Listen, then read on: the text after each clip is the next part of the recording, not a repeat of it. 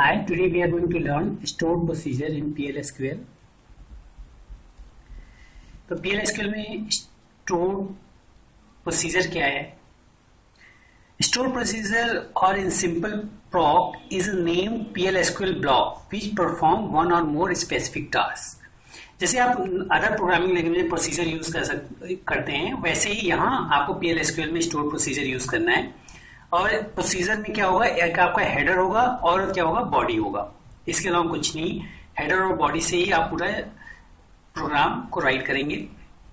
Header consist of name of procedure and variable pass to the procedure and body consist of declaration section, program logic and exception section. तो body कौन सा part है, जो हमने program PLSQL के program का structure देखा था, डिक्लेरेशन सेक्शन, प्रोग्राम लॉजिक और एक्सेप्शन सेक्शन, वही आपका बॉडी का पार्ट है. तो procedure is similar to anonymous PLSQL blocks. Name block और एनोनिमस ब्लॉक दो हमने PLSQL में देखे थे. तो एनोनिमस ब्लॉक हम किस लिए यूज कर रहे हैं, ताकि क्विक हमें क्वेरी फाउंड हो सके.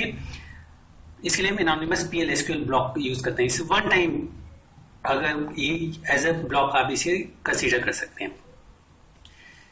तो इसका सिंटैक्स क्या है, तो सिंटैक्स इसका क्रिएट और रिप्लेस कुछ भी आप यूज कर सकते हैं. प्रोसीजर आपको लिखना है, फिर प्रॉक नेम जो प्रोसीजर नेम है वो आपको लिखना है, और अगर पैरामीटर्स जो आपको पास करने हो, प्रॉक नेम, फिर इज स्टार्ट करना है. इज क्या है, marks the beginning of the body of procedure.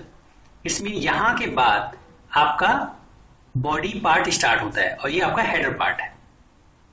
तो इसके बाद आपका बॉडी पार्ट स्टार्ट होता है. उसमें क्या होगा, डिक्लेरेशन सेक्शन होगा, एग्जीक्यूशन सेक्शन होगा और एक्सेप्शन सेक्शन हो सकता है. तो डिक्लेरेशन सेक्शन और एक्सेप्शन सेक्शन हमने देखा है, तो ऑप्शनल्स होते हैं. ये आपका जो है एग्जीक्यूशन सेक्शन, प्रोग्राम लॉजिक है. यहाँ आप इसको एक एग्जांपल लेते हैं. हमने लास्ट क्लास में कर्सर का एक एग्जांपल लिया था. तो कर्सर में क्या था, अगर लास्ट क्लास में देखें, कर्सर का एग्जांपल हमने ये लिया था. तो अगर इसको मुझे स्टोर प्रोसीजर के थ्रू लिखना है तो हम क्या करेंगे, इसके आगे आपको लिखना क्या है,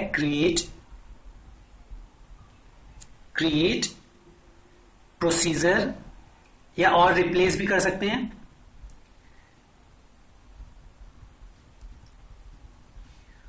TURE प्रोसीजर, क्रिएट प्रोसीजर. अब उसके बाद प्रोसीजर नेम, इसके बाद क्या लिखेंगे, प्रोसीजर नेम. तो प्रोसीजर नेम फॉर एग्जांपल मैंने लिखा EMP डिटेल, ये आपका प्रोसीजर नेम है. ठीक है.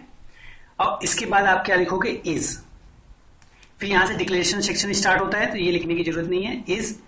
फिर आपका ये डिक्लेरेशन सेक्शन, इसके बाद आपका ये डिक्लेरेशन सेक्शन है, इसमें आपने वेरिएबल डिक्लेयर कर रखा है. फिर कर्सर को लिखा है C1 इज, फिर सेलेक्ट पूरा बॉडी डिक्लेरेशन सेक्शन का पार्ट.